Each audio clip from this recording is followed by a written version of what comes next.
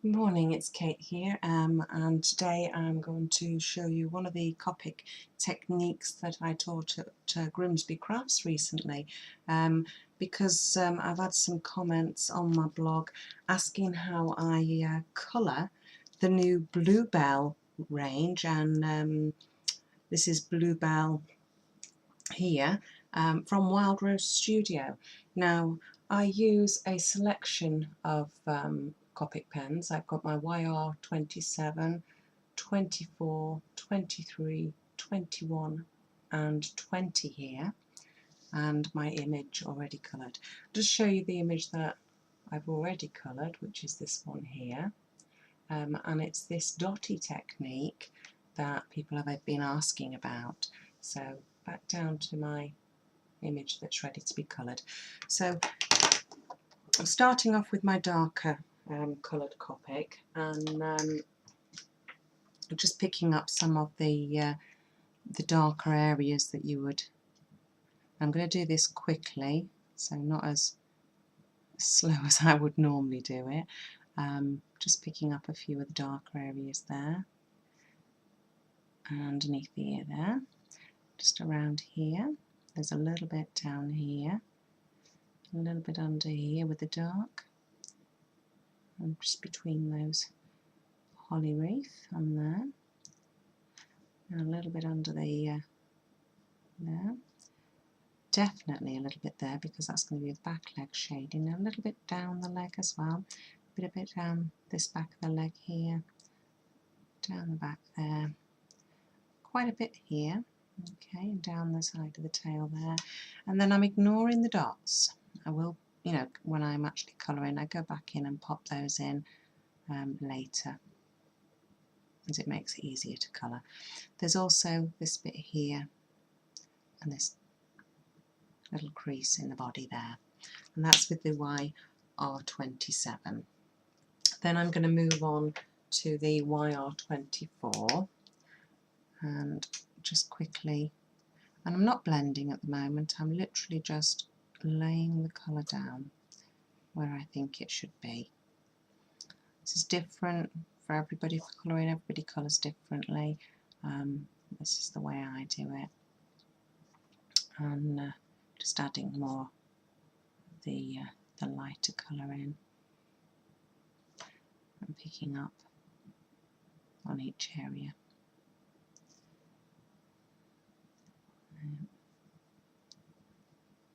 There you go.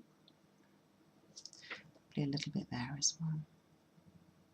Okay, then moving to the next light colour, which is YR23, and doing exactly the same, just starting to put some shaping in on the face now. A little bit more on the ears.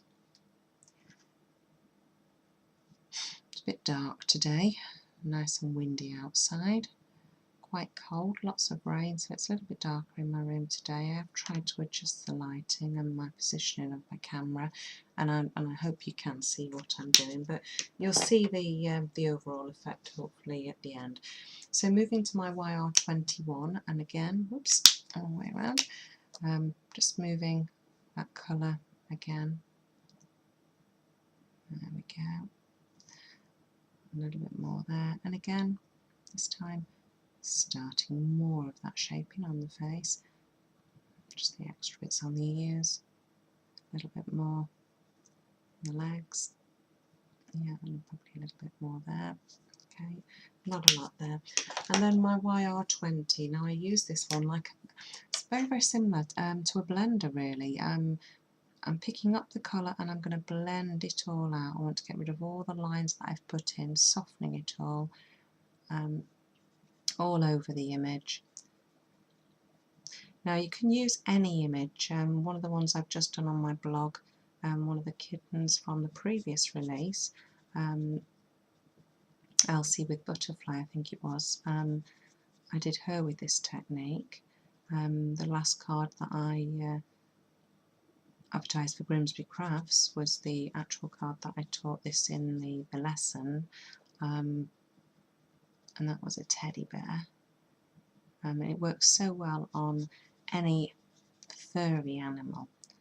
And this technique can be used with any material as well, and I'll explain that as we get to the technique. I'm going to use that as the lighter colour for my ears as well. Keep going over this just to get rid of those lines and give it that soft look. So you can see now it does work darker, this technique, sorry, it works better, sorry, on the, when the colours are darker. But you will be able to see it on the lighter colours as well. There she is. A bit more on the tail and just get rid of more of those lines there. And her little belly.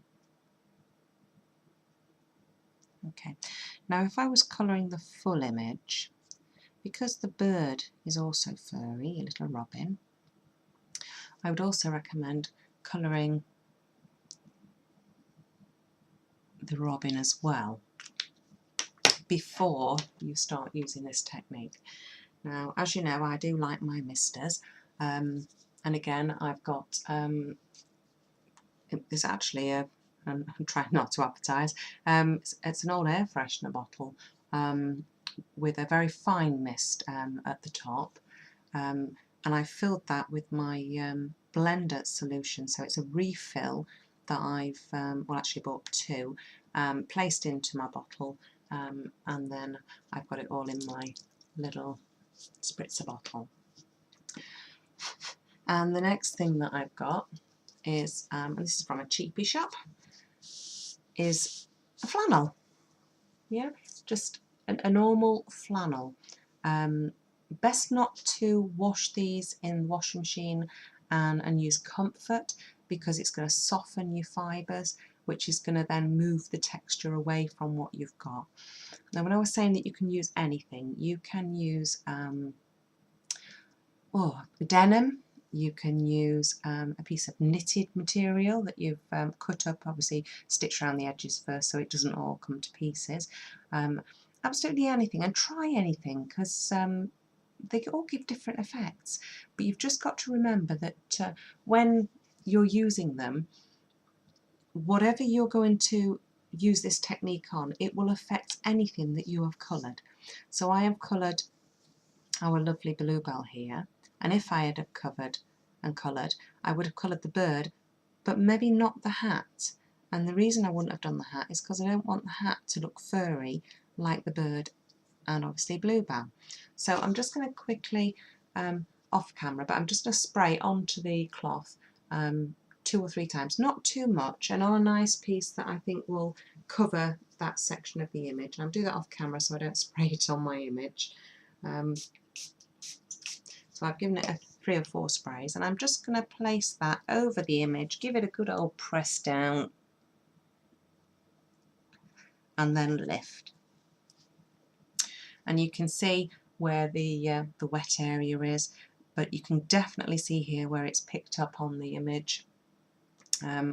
Obviously, with it being a bit darker today, I'm going to move it a little, oh, that's good, a little bit closer for you so you can see it's picked up the blender, and the blender is pushing away the ink from the areas that the flannel has touched with the blender on it, the colour. Now, if you put too much of the blender on the flannel and then you place it on your image, what will happen is the blender will break the line of the stamped image. That means that it will allow, well, open the floodgates, as I like to call it. The ink will just flow out because you've broken the line on the top of the paper, just like you do if you're colouring, where it will seep under the line if you over colour the image, and the blender you'd use then to push it back in under the line without breaking the line of the image. But this is going the other way, so as you're putting your flannel down, if it's too wet, it will break that line and it will let the colour flood out. Not that that is irreparable, if you know what I mean, because you can then go back in with your blender and obviously push it back in. It will just take you twice as long. So you've got to get that fine balance between the amount that you spray on and the amount that you're going to press onto your image. But that is the actual technique that I've used on quite a lot of my cards recently, that I've been asked to show you all, and I love the effect it gives. On this one you can't see as much where I've hit the top end, so obviously I wasn't as even with my my blender, but then if I move to this one you can see that I had a good splattering of it this side, but not as much that side. But it just means that every single image that you use this technique on will be quite unique, and they will all be different, and it is a lovely effect. Do try the other materials that you can use. I do love denim for jeans, and for knitted jumpers. You just have to think ahead what you're going to colour first, to which technique you want where, and sometimes using post-it notes to cover areas so that you're not going to go over areas with two techniques and spoil the look. But it's a fabulous way to work with Copics and with the blending solution. And that's me for today. Do hope you'll pop over and have a look at the Wild Rose Studio website. Have a look at all those new releases for Bluebell. She's absolutely gorgeous, and I know you'll love colouring her up. Thank you very much. Take care. Bye bye.